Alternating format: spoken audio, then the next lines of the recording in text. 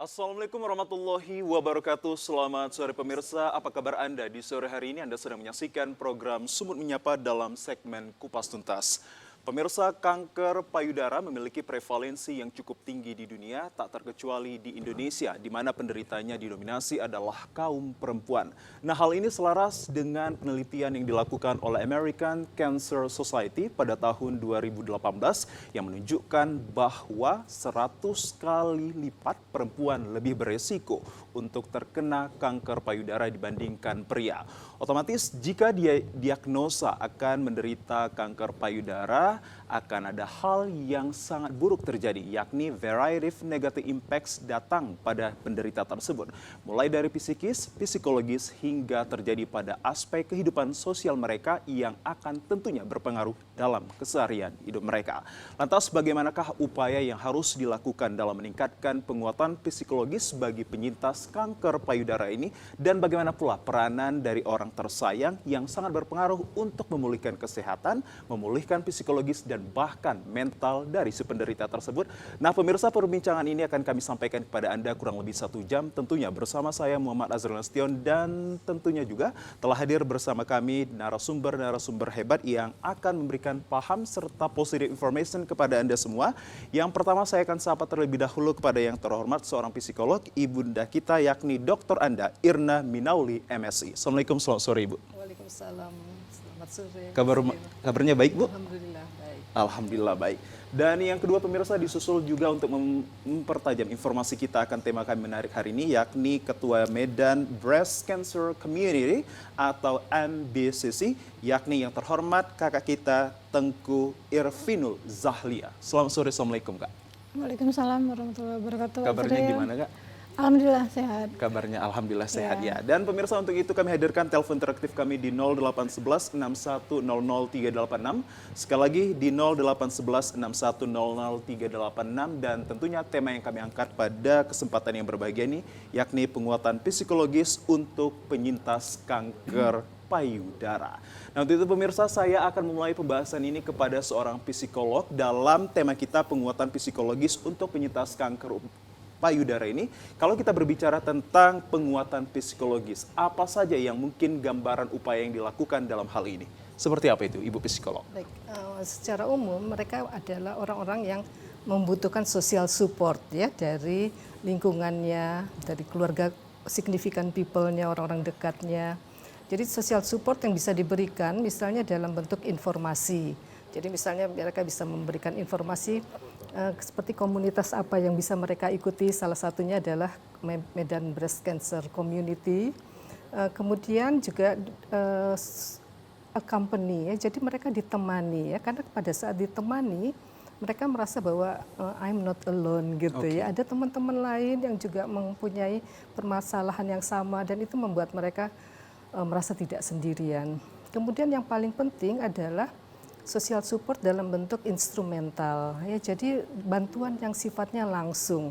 Jadi misalnya ketika seseorang yang baru dioperasi dan dia tidak bisa melakukan pekerjaan-pekerjaan rumah tangga, memasak, mencuci dan sebagainya. Take care of baby maybe? Yes, take care of baby, and the community can help them.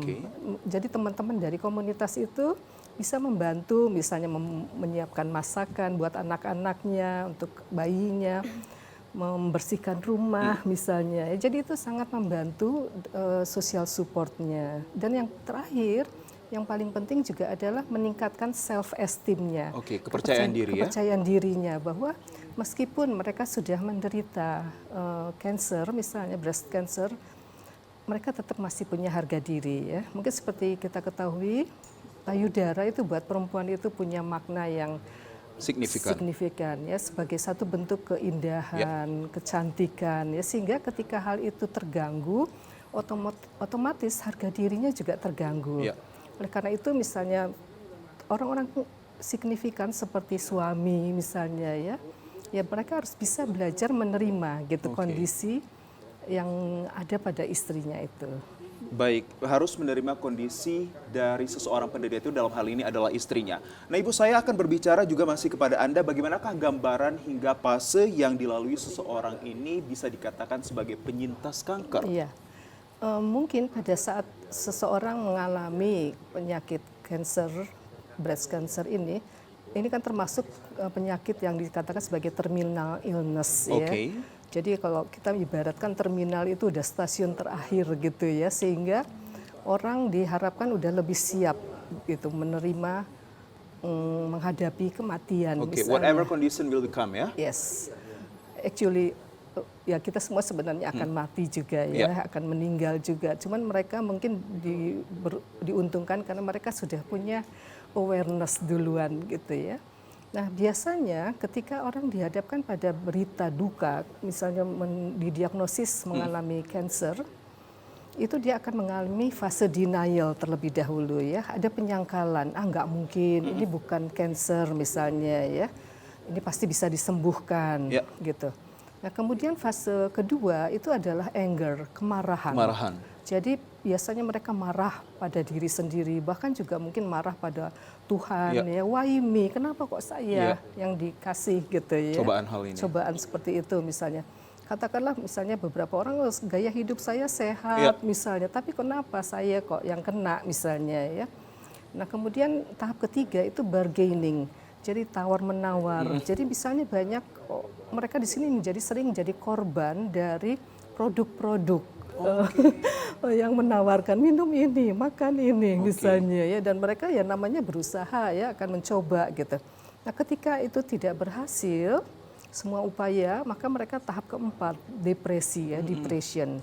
Nah pada tahap depresi inilah yang akan kalau nggak ditangani dengan baik akan balik lagi ke denial lagi ya, penyangkalan tadi ya, marah lagi, anger tadi, bargaining lagi. Nah makanya dalam kondisi depression inilah pentingnya adanya komunitas.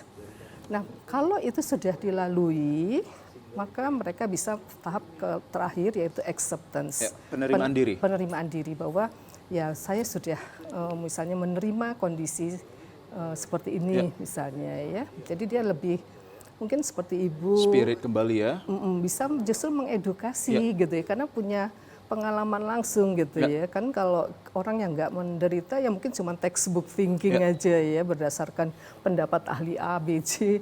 Kalau ini kan mereka sudah mengalami langsung bagaimana misalnya ya fase-fase yang mereka hadapi. Oke. Baik, terima kasih Ibu Irna Minauli atas perspektif awalnya. Nah, kalau tadi Ibu Irna Minauli memberikan notes bahwa pentingnya akan ada komunitas bagi penyintas kanker ini. Nah, kalau kita berbicara tentang komunitas, telah hadir juga bersama kami Ketua Medan Breast Cancer Community atau MBCC, yakni kakak kita Tengku Irvinul Zahlia ini. Bisa diinformasikan kepada masyarakat kalau berbicara tentang upaya penguatan psikologis terhadap penyintas kanker ini yang ada di komunitas kakak, hal-hal apa yang dilakukan? Sederhana ya, karena kan kita sesama penyintas kanker itu kita tahu tuh rasanya gimana kan. Kita saling menguatkan, kasih semangat. Dengan pertemuan sebulan, minimum kita sebulan sekali, insya Allah ada pertemuan, entah itu pengajian, ketemu olahraga bareng, atau ada yang acara seminar, edukasi gitu. Jadi itu kita ketemu, kita saling sapa, silaturahmi, menanyakan kabar gitu. Dan kalau seperti biasa kan grup itu selalu ada WhatsApp grup. Nah WhatsApp grup kan itu tiap hari kita ada diskusi apa, hal-hal yang sederhana, yang receh gitu kan. Istilahnya buat menghilangkan stres gitu. Menguatkan sama teman, sudah sampai mana tahap pengobatannya gitu. Baik, Seperti kalau itu. kita kaitkan terhadap Ketua Medan Breast Cancer Community ini, saya juga mendapatkan informasi bahwa untuk penyintas kanker yang ini hadir juga tidak dari Medan, benar begitu? Iya, kita karena awalnya memang Medan Breast Cancer Community ada teman-teman juga minat karena mereka mungkin nggak ada wadah ya, nggak ada wadah, jadi kita rangkul lah. Jadi kan sama kan, masalah mental itu sama kan, hanya masalah medis teknisnya aja kan berbeda. Ada dari kanker kulit, ada dari kemarin ovarium ada gitu.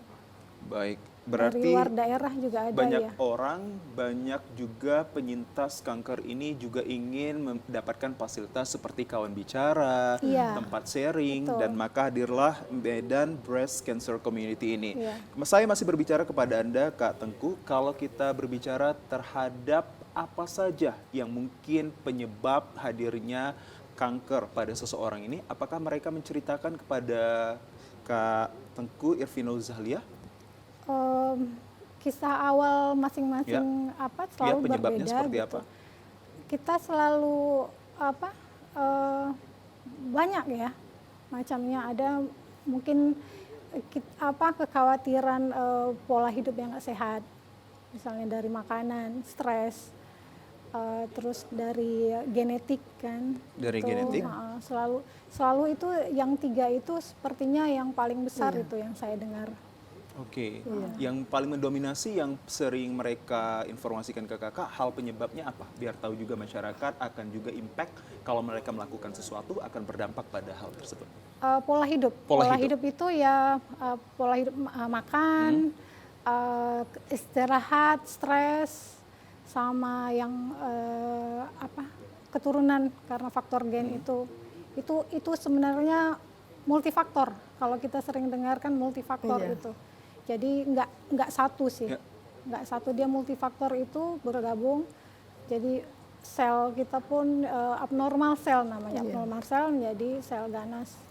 Baik, yang hadir di komunitas Kak Zahlia ini, penyintas kankernya ini berada pada usia berapa saja yang dimulai? Karena saya mendapat referensi atas bacaan saya bahwa ada juga penyintas kanker yang muda Iya. dan juga ada yang tua. Iya. Kalau di komunitas kakak, Ya, seperti ada apa? yang muda kemarin yang masih gadis ya, yang belum menikah. Tapi sekarang udah menikah. Awalnya dia terdiagnosa kanker itu masih umur 23 kalau nggak salah. Itu genetik kah? Enggak, dia enggak genetik. Nah, kemudian ada juga yang sudah lanjut usia, kita panggil oma gitu. Ada 2 orang atau 3 orang itu oma-oma yang udah lanjut usia gitu, bergabung sama kita. Oke, berarti tidak menutup kemungkinan yang muda juga akan berpotensial Iya. untuk menjadi penyintas kanker ini dibandingkan Iya. di usia tua. Ada Iya. kriteria terhadap orang-orang yang penyintas ini tidak kalau dilihat secara fisik di komunitas kakak?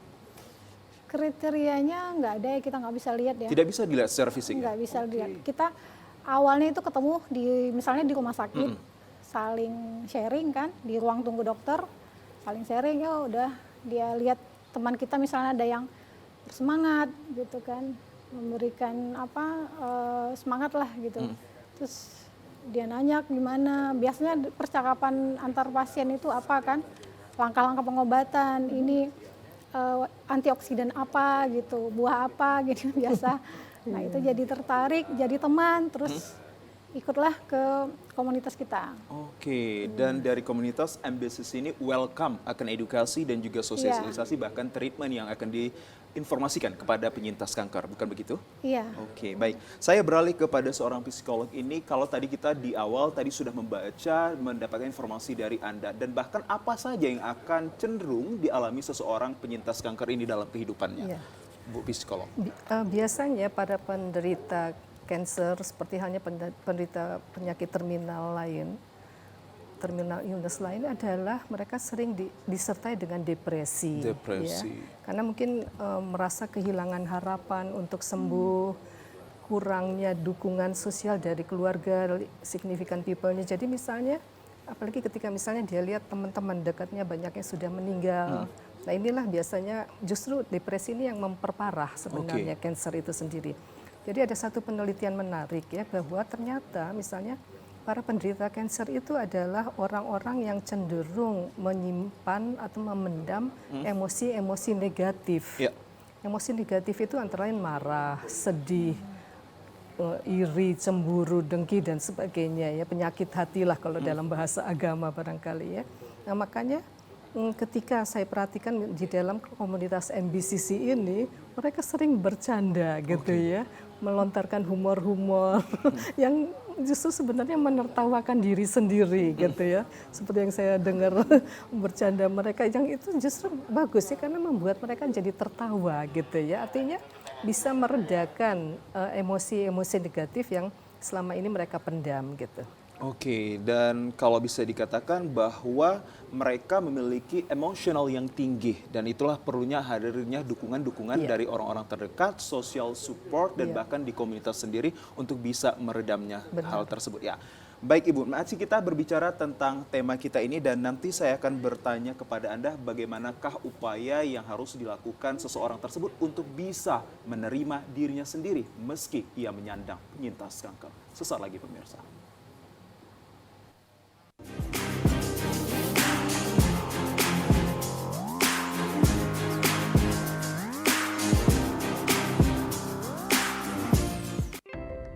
Aku, generasi saat ini.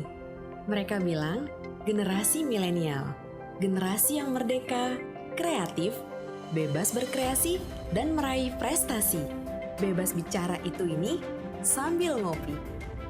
Tidak boleh lupa, kita bebas merdeka seperti sekarang ini karena, ya, Pancasila. Sebelum Indonesia merdeka, tahun 1934-1938 di masa pembuangannya di kota Ende, Nusa Tenggara Timur, Soekarno dalam kesendirian semangat perjuangan selalu menggelora di dadanya. Dia selalu duduk di bawah pohon dekat rumah pengasingannya. Tak henti memikirkan Indonesia. Disinilah ide besar lahir tentang rumusan Pancasila sebagai ideologi negara. Pancasila tidak lahir sendiri, melewati proses panjang, dilandasi semangat perjuangan bangsa Indonesia.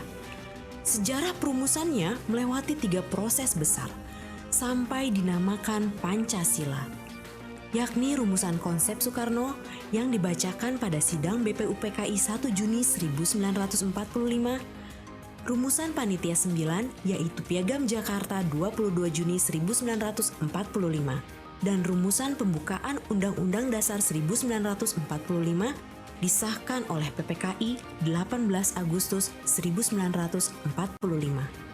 Rangkaian dokumen sejarah ini dimaknai sebagai proses kelahiran Pancasila. Sebagai ideologi bangsa, Pancasila mendapat banyak tantangan di era keterbukaan informasi. Kita harus merasakan semua nilai kebaikan yang terkandung di dalamnya. Karena Pancasila untuk Indonesia hari ini, esok, dan masa yang akan datang.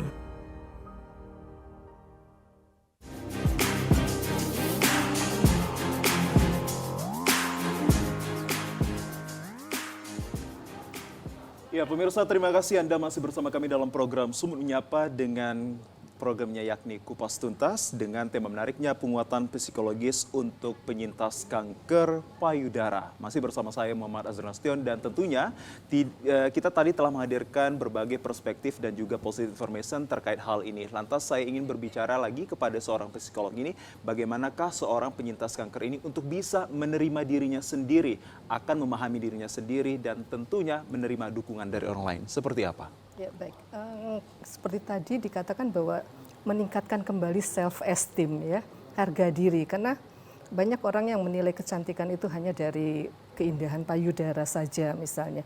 Padahal banyak hal lain yang barangkali bisa dieksplor ya, misalnya kecerdasannya, kebijaksanaannya, atau keterampilan-keterampilan lain gitu.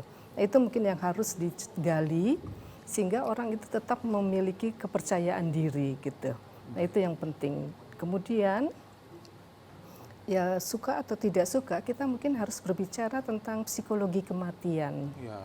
Karena ya pada akhirnya mungkin penderita terminal illness itu mereka mungkin lebih dipapar ya dengan masalah kematian ketika banyak teman-teman dekatnya yang kemudian juga satu persatu meninggal gitu ya.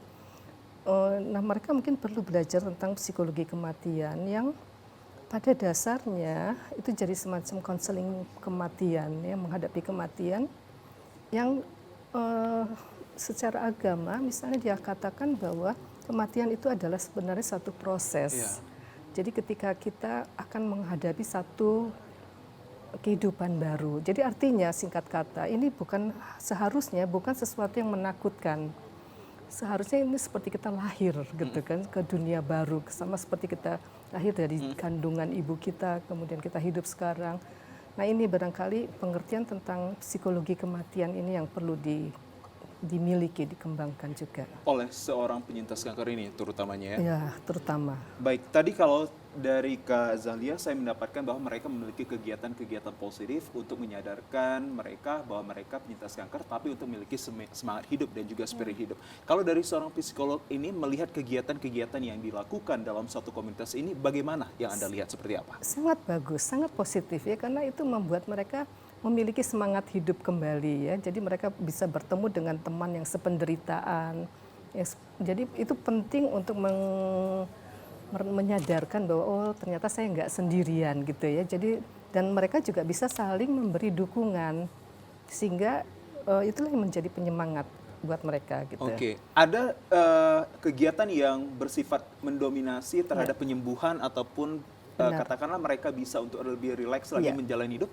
Ada ya. Seperti jadi apa? misalnya kegiatan-kegiatan charity ya, kegiatan donasi, berderma, bersedekah itu akan sangat membantu pemulihan ya, karena ketika kita memberikan sedekah misalnya kan kita ada semacam hormon ya dalam tubuh kita, endorfin, yang membuat kita tuh lapang, lega. Nah itulah mungkin yang bisa menjadi obat yang ada dalam tubuh kita gitu ya. Nah kegiatan-kegiatan sosial itu yang perlu terus ditingkatkan sehingga mereka juga bisa melihat ternyata ada katakanlah penderita-penderita lain juga ya, bukan cuma sekedar cancer tapi mungkin penderitaan yang beragam gitu. Nah ini kemudian barangkali juga perlu dibuat katakanlah kayak klub jurnal. Jadi artinya dibiasakan untuk membuat diary, catatan harian gitu ya, sehingga mungkin ketika ada orang-orang yang tidak bisa mengekspresikan secara lisan, tidak bisa sharing dengan teman-temannya, mungkin mereka bisa menuliskannya. Jadi jurnal ini penting untuk katarsis buat seseorang gitu ya. Dengan demikian juga mungkin dia belajar mengevaluasi gitu, emosi apa yang saya hadapi hari ini. Upayakan ketika makin lama seharusnya emosi-emosi positif yang muncul ya. Karena kan seperti penelitian yang saya sebutkan tadi, ternyata kebanyakan mereka adalah orang-orang yang cenderung memendam emosi negatif. Makanya bagaimana mengubahnya? Ini menjadi sesuatu emosi yang positif misalnya. Pastinya menghadirkan aura-aura yang positif untuk dirinya dan juga lingkungannya ya. Baik Ibu psikolog, saya kembali beralih kepada Kak Zahlia. Kak Zahlia, kalau kita kaitkan terhadap komunitas Anda ini yang di belakang layar tadi kita berbicara bahwa sudah hadirnya ini kurang lebih 2 tahun. Bisakah diinformasikan agenda kerja apakah yang hadir di komunitas Anda bagi penyintas kanker payudara ini? Iya, sejauh ini kita yang pasti untuk edukasi ya. Edukasi kita ada mengadakan beberapa kayak seperti seminar, dengan bermacam topik ya, yang menyangkut masalah cancer atau masalah gaya hidup gitu. Terus satu lagi kita ada pengajian. Itu kan berhubungan sama masalah psikologi ya, kesiapan. Terus kita ada pertemuan untuk sama-sama olahraga. Kunjungan sosial juga ke rumah teman yang mungkin dia ngedrop, kita kunjungin sama-sama. Itu kan memberikan support. Ya begitu. Kalau kita kaitkan terhadap edukasi, bentuk edukasi apa yang paling signifikan hadir di MBCC ini? Misalnya kita ada flyer dari Kemenkes kan di Instagram kita post, kita ketemu postingan yang sesuai sama medis ya, kita post ke Instagram, itu yang ke post ke Instagram juga, post ke WhatsApp grup gitu. Instagram kan jangkauannya lebih luas ya, untuk siapa aja yang bisa lihat Instagram. Kalau di WhatsApp grup untuk member kita.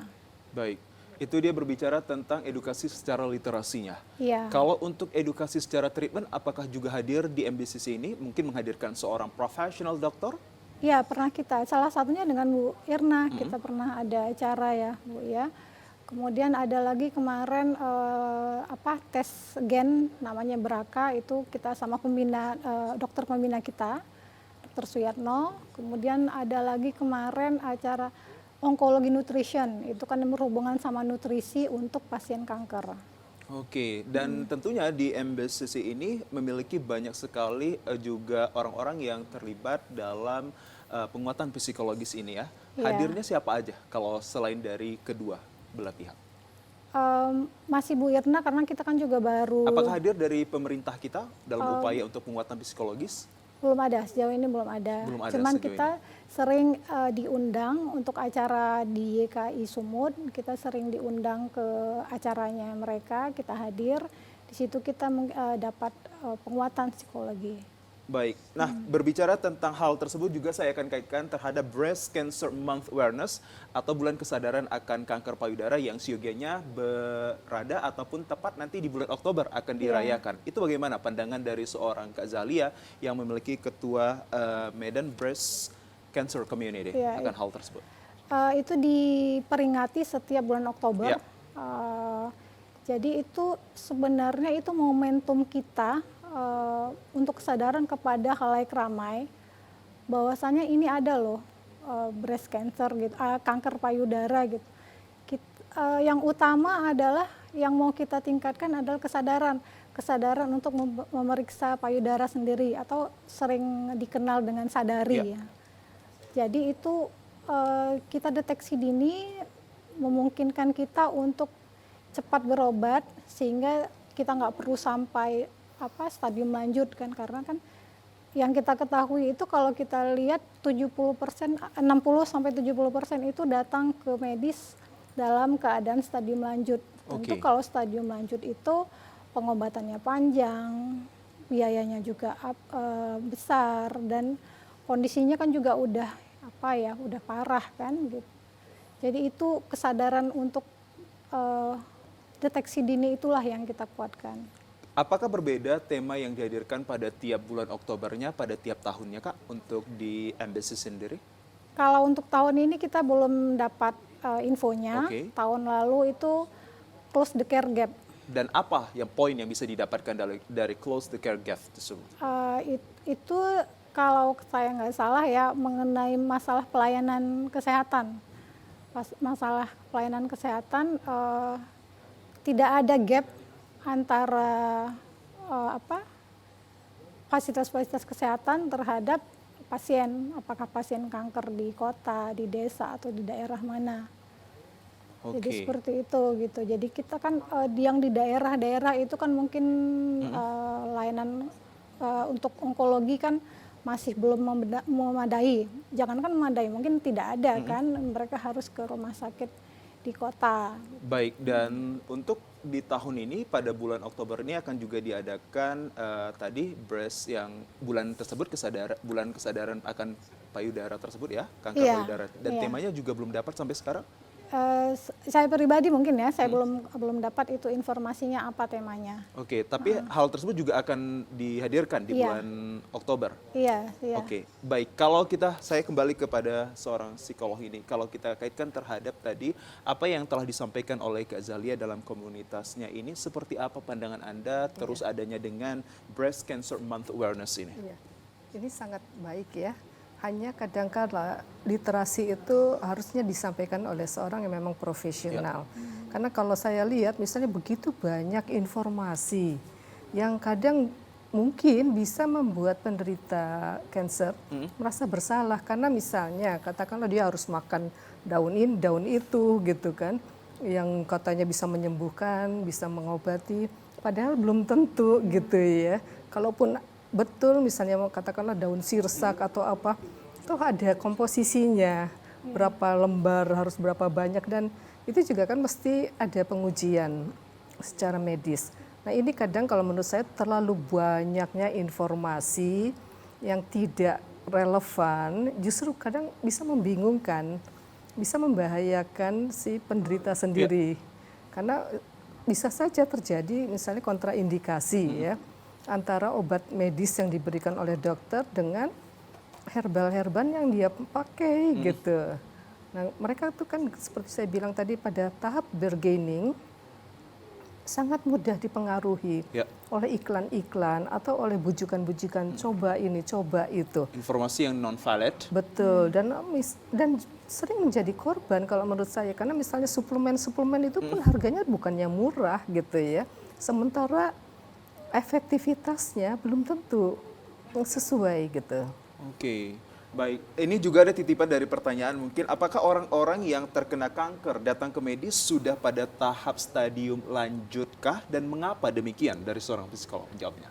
Ya, mungkin pada awalnya mereka kan denial tadi ya, menyangkal nggak apa-apa, ini bukan masalah serius, ini mungkin bisa disembuhkan. Dalam denial ini juga misalnya mereka sering membela diri dengan mengatakan, loh misalnya gaya hidup saya sehat kok, saya nggak punya faktor genetik misalnya ya, atau faktor-faktor lain. Nah itulah faktor denial ini yang membuat mereka enggan untuk memeriksakan diri secara dini gitu. Oke, tanggapan Anda seperti apa, Kak? Apakah orang-orang yang terkena kanker datang ke medis sudah pada tahap stadium lanjut sajakah? Dan seperti apa juga yang di MBCC? Apakah demikian? Iya, hampir benar, Bu. Karena saya juga ketemu di anggota MBCC itu sebagian besar memang datang ke medis dalam keadaan stadium lanjut. Itu. Jadi karena ada denial itu gitu.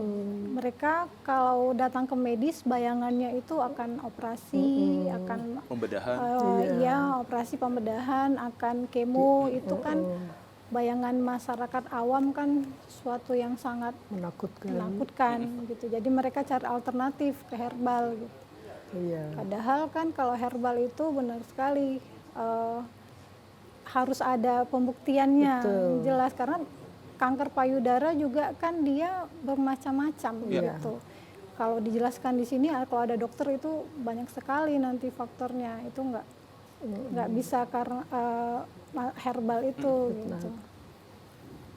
Oke, kalau dihadirkan juga di MBCC ini, kalau kita kaitkan treatment apa yang biasanya dianjurkan Anda selaku ketuanya? Kita selalu menganjurkan ke teman-teman, patuhi petunjuk dokter. Dokter bilang A, B, C, langkah-langkah medis, patuhi. Dan jangan di skip kontrol atau evaluasi, itu kan ada bertahap ya.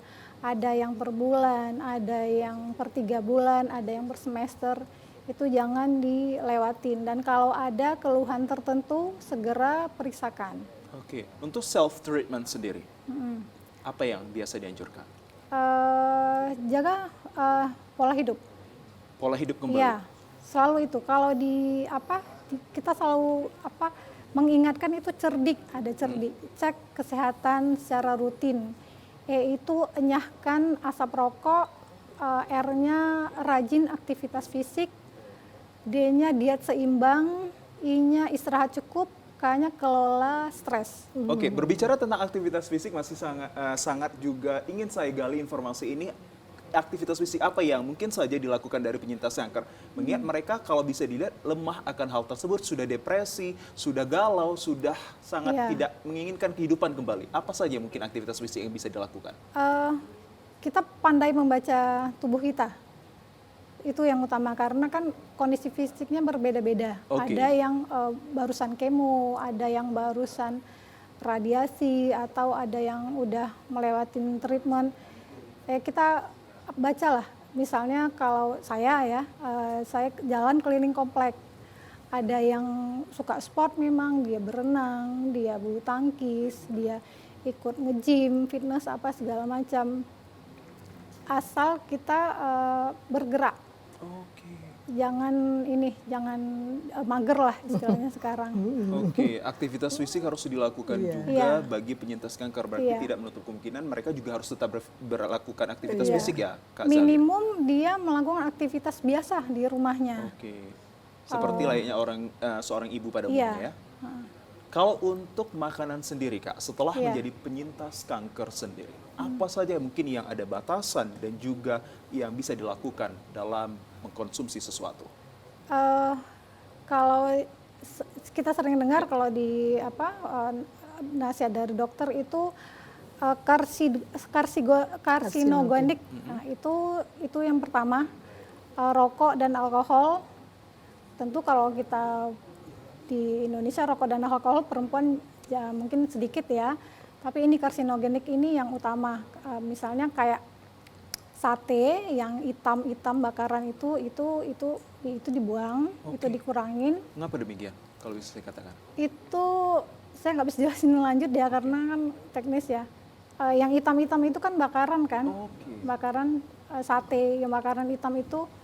Kemudian kalau ada juga mengurangin makanan yang berlemak, tinggi lemak, gitu. Dan makanan proses itu juga dikurangin, proses food itu dikurangin dan kembali. Lebih tepatnya junk food ya? Ya, junk food. Dan tentunya kita lebih banyak ke makanan sehat, buah dan sayur. Oke, kalau untuk minuman sendiri Kak, apa saja yang mungkin diinformasikan di komunitas Anda untuk tidak dan juga bahkan jangan menyentuh? Minuman, tentu kita minuman sehat ya, minum air putih itu. Yang tidak? Yang tidak minum, tentu minuman kemasan. Kemasan? Iya, karena kan itu prosesnya panjang, kita nggak tahu isinya apa gitu. Kadang ada yang terlalu banyak gula ya, gula itu kan juga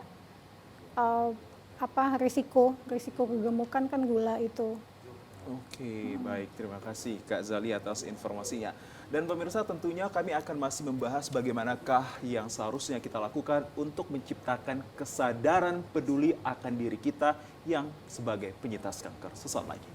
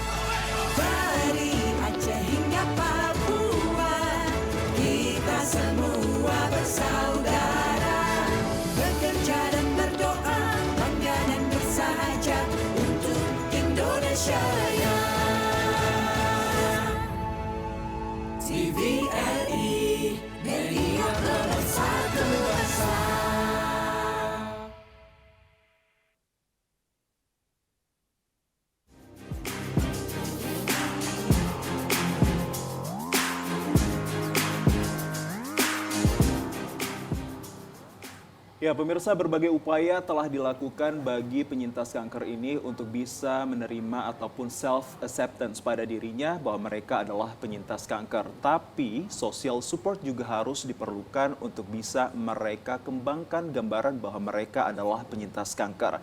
Bagaimanakah sebenarnya gambaran keluarga yang sehat yang mau menerima seorang penyintas kanker ini agar bisa pulih secara kesehatan, pulih akan emosional dan juga psikologis mereka? Dari psikolog, bagaimana melihat? Iya, umumnya yang dikhawatirkan oleh para perempuan penyandang breast cancer ini adalah ketika suaminya misalnya kecewa gitu, itu yang mereka takut ya, kecewa karena dia tidak lagi memiliki keindahan seksual appeal-nya udah hilang gitu ya, daya tarik seksualnya.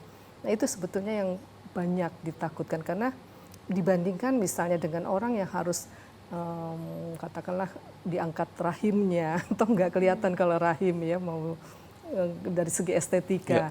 Tetapi karena payudara ini merupakan satu bentuk estetika, makanya itu yang menjadi kekhawatiran kalau suaminya mungkin secara seksual tidak lagi bergairah, tidak lagi terangsang, sehingga misalnya dikhawatirkan mencari perempuan-perempuan lain. Itu sebetulnya sumber ketakutan yang dihadapi oleh para penderita kanker.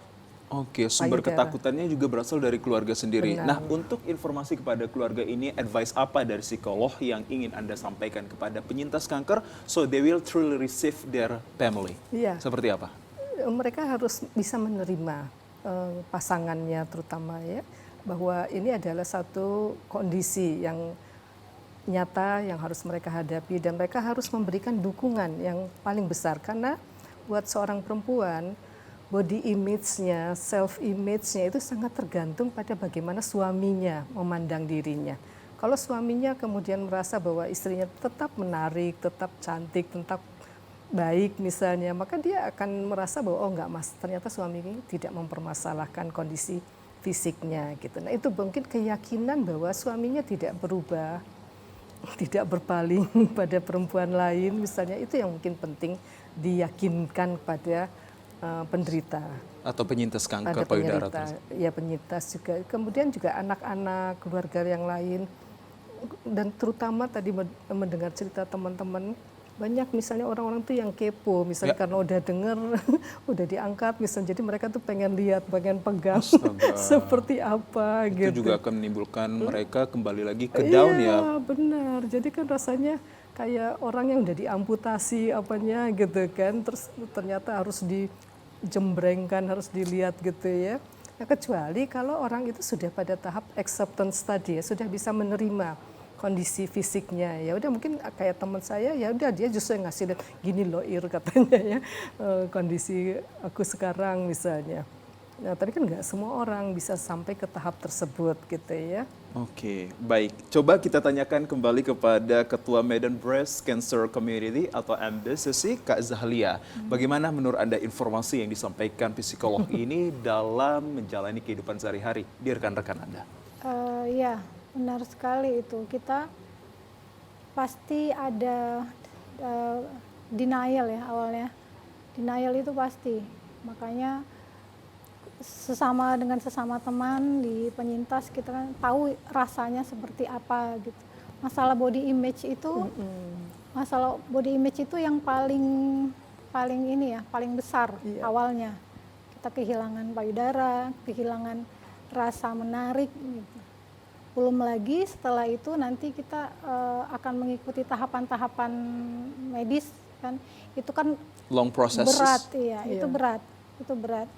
Operasi, kemo sekian kali, belum lagi ancaman dia metastasis atau rekurensi, ada penyebaran, itu seperti berjilid-jilid gitu.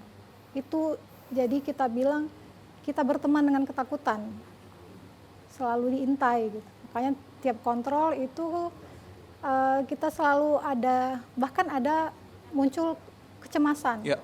Setiap kali lihat rumah sakit kita cemas, setiap kali dengar nama dokternya kita cemas, padahal dokternya baik kan, cuman karena ada Feeling guilty tadi ya? Iya, perasaan takut gitu, takut dia datang lagi, istilah kita dia datang lagi. Gitu.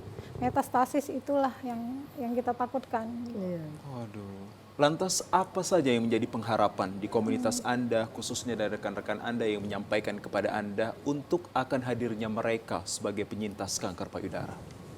Tentu harapan kita bisa menjalanin gelar sebagai penyintas ini sehat, menjalanin aktivitas sehari-hari, kita menjadi berguna, kita melakukan aktivitas seperti biasa, memberikan dampak positif kepada teman-teman dan lebih luas lagi kepada orang-orang di lingkungan kita sekitarnya. Ayo deteksi dini gitu, ayo periksa.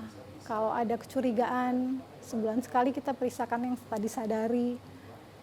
Jadi kita minimalisir lah risiko terjadinya kanker payudara.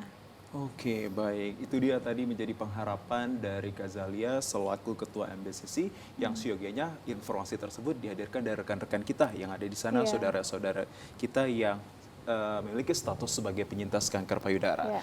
Baik, saya akan coba untuk mendalami informasi yang saya peroleh dari American Cancer Society's Journal pada tahun 2018 mengatakan penyintas kanker payudara ini ada dua bagian, yakni pada usia muda dan juga pada usia tua. Tetapi dari yang kedua ini memiliki perbedaan terhadap emotional gap mereka. Iya. Seperti apa dari psikolog melihat penyintas kanker payudara yang muda dan juga yang tua dalam acceptance their self? Ya, pertama mungkin ketika seseorang dalam usia muda itu adalah pada saat dia berada dalam puncak kecantikannya, ya, dia masih memiliki tubuh yang indah, tubuh yang baik, dan tentu ketika itu harus dihilangkan dan dia masih punya cita-cita, punya harapan hidup yang lebih panjang, tapi kemudian seolah-olah divonis dengan penyakit mematikan ini misalnya, tentu itu menambah kemarahan gitu ya. Itu adalah tahap kedua dalam fase angernya. Jadi bahwa ada kemarahan gitu ya, kenapa kok saya yang kena gitu. Jadi kemarahan inilah yang membuat mereka menjadi secara emosional mudah tersinggung, seolah-olah orang tuh semua tahu gitu permasalahan dia, bahwa orang tahu kalau dia sudah diangkat misalnya payudaranya. Nah ini tentu berbeda ketika seseorang sudah lewat usianya, sudah lebih tua, mungkin mereka sudah lebih bisa menerima penurunan fungsi tubuhnya, sudah menerima bahwa daya tarik seksualnya juga mungkin tidak seperti pada saat muda dulu. Nah itu mungkin lebih bisa cepat pasrah sehingga kemarahan tidak terlalu besar gitu. Baik, Bu psikolog, kita ingin juga menanyakan, mungkin saya menjadi representatif pada pemirsa di luar sana, kondisi terpuruk apa yang pernah dialami seseorang penyintas kanker payudara yang hadir kepada Anda atau memberikan konsultasi? Ya, umumnya mereka penderita depresi, ya, mengalami depresi. Dan dari pengalaman saya, ternyata misalnya bukan cuma pada penderita kanker payudara saja, tapi pada banyak orang, mereka yang memendam kemarahan itu lebih rentan mengalami depresi. Makanya penting sekali buat semua orang, termasuk para penyintas atau penderita kanker, itu untuk mengelola kemarahannya. Oke, berdasarkan dari penguatan psikologis dari orang-orang yang terdekat ya? Dan ketika dia bisa membangkitkan kembali self-esteem dia dengan misalnya kegiatan-kegiatan sosial atau membuat dirinya tuh memiliki makna hidup ya, meaningful of life itu penting. Jadi sehingga dia merasa bahwa usia yang diberikan pada dia tuh berkah ya, bahwa dia bisa menjalani sisa kehidupannya dengan baik gitu. Nah itu yang penting, bagaimana kita semua, bukan cuma mereka yang menderita, memiliki meaningful of life. Oke, artinya kita harus juga memaknai bahwa hidup ini juga penuh berkah, harus diterapkan kesadaran akan semangat hidup meskipun sebagai penyintas kanker payudara ini, karena bukan kita sendiri tapi masih ada orang lain, dan juga hadirnya terbentuk komunitas ini untuk mewadahi dan juga memberikan fasilitas tersebut. Dan mereka masih bisa punya kesempatan untuk membantu orang-orang lain gitu ya, katakanlah dengan menjadi relawan ya. Relawan itu ternyata adalah kelompok pekerja yang tingkat happiness-nya paling tinggi kalau kita lihat dari skala kebahagiaan ya. Padahal kalau dilihat relawan itu nggak ada duitnya ya. Tetapi misalnya dibandingkan dengan CEO atau presiden atau yang lain ya, justru mereka adalah orang yang paling bahagia. Nah karena ketika seseorang misalnya katakanlah menjadi relawan di rumah yatim piatu misalnya, katakanlah dia membantu mengajarkan, misalnya saya pandai menggambar, saya ajarkan menggambar gitu. Terus dia melihat, oh anak-anak itu kemudian berhasil, bisa buat galeri misalnya ya, itu akan menambah kepercayaan diri dan merasa bahwa, oh ternyata hidup saya tuh dibutuhkan orang, hidup saya bermakna, itu yang penting. Oke, baik. Terima kasih Bu Psikolog atas informasi kepada Anda. Dan juga saya masih beralih kepada Kak Zahlia selaku Ketua MBCC ini. Kalau saya dapat informasi bahwa pada tahun 2021 ini Kota Medan tercatat menjadi kota tertinggi yang didominasi oleh penderita kanker ataupun penyintas kanker ini dengan jumlah 1.768 orang. Kalau Anda lihat dan juga komparasikan terhadap jumlah yang ada, apakah kesehatan yang ada di rumah sakit di Sumatera Utara dan juga Medan ini memberikan fasilitas dan pelayanan baik bagi penyintas kanker? Alhamdulillah ya, saya juga pasien di rumah sakit, salah satu rumah sakit di Medan. Memang saya lihat, saya terdiagnosa tahun 2021. Jadi sepanjang tahun ini saya lihat ada peningkatan pasien kanker gitu. Kenapa makin banyak? Mungkin informasi pelayanan kesehatan mungkin udah semakin terdengar ya oleh teman-teman penyintas gitu. Jadi alhamdulillah mereka sudah dilayani di banyak rumah sakit. Oke, baik secara fasilitas, fasilitator dan juga pelayanannya ini terus meningkat ya, yang ada di rumah sakit khususnya di Kota Medan ini ya, begitu ya Kak Zalia. Baik, tanpa terasa ini Kak Zalia dan juga Ibu psikolog, kita sudah berada di ujung segmen dan saya harapkan ajakan Anda terhadap bagaimana sih sebenarnya kita untuk mengimplementasikan atas kata penguatan psikologis untuk penyintas kanker payudara. Saya mulai dari Anda. Ya, jadi pada dasarnya setiap orang itu punya masalahnya masing-masing ya. Barangkali ketika dalam bahasa agama ketika seseorang sedang dicoba dengan penyakitnya, maka dia harus punya keinginan juga untuk tetap memberi makna ya kehidupannya, kehidupan yang berkah. Sehingga katakanlah ketika dia meninggal pun dia punya legacy, punya warisan yang dikenang orang sebagai satu bentuk kebaikan, kemurahan hati misalnya. Jadi kegiatan-kegiatan sosial itu tetap harus dilakukan. Karena misalnya ketika orang melakukan kegiatan sosial, selain ada perasaan senang, dia juga ketemu dengan orang-orang lain gitu ya. Teman sependeritaan, anak-anak yang dia bantu misalnya. Ini akan sangat bermakna buat diri dia. Oke, baik saya kembali kepada Kak Zalia. Silahkan, bagaimana mengimplementasikan penguatan psikologisnya? Ya, saya karena sebagai penyintas, jadi saya merasa penguatan psikologis itu sangat penting. Terutama kita sangat butuh didukung oleh orang-orang di sekitar kita. Dari keluarga, dari suami, anak-anak, teman-teman. Saling mendukung itu tidak hanya mendukung, tapi bukan hanya mendukung, tapi juga memberikan semangat, memberikan waktunya, mengantarkan ke rumah sakit, mengajak berbicara hal-hal yang sederhana, itu sudah sangat berarti gitu. Kita sharing, lingkungan semakin sadar akan pentingnya saling support sama pasien kanker. Oke, supporting each other ya, kalau bisa dikatakan. Baik, demikian pemirsa informasi yang bisa kami sampaikan dalam program Sumut Menyapa Kupas Tuntas hari ini dengan tema menariknya penguatan psikologis untuk penyintas kanker payudara. Siogianya ada kata bijak yang saya peroleh dari informasi dari luar negeri mengatakan bahwa self-acceptance is more meaningful in life than comparing to others. Jadi penguatannya itu terhadap penerimaan diri sendiri lebih bermakna daripada harus membanding-bandingkan diri dengan yang lain. Saya ucapkan terima kasih atas kehadiran dari Ibu psikolog dan juga Kak Zalia. Dan tentunya Anda pemirsa di rumah sana yang memberikan atensi kepada Anda pada sore hari ini, kami ucapkan terima kasih. Tentunya kita akan bertemu di episode-episode selanjutnya. Assalamualaikum warahmatullahi wabarakatuh. Saya Muhammad Zanastion. Selamat sore. Waalaikumsalam.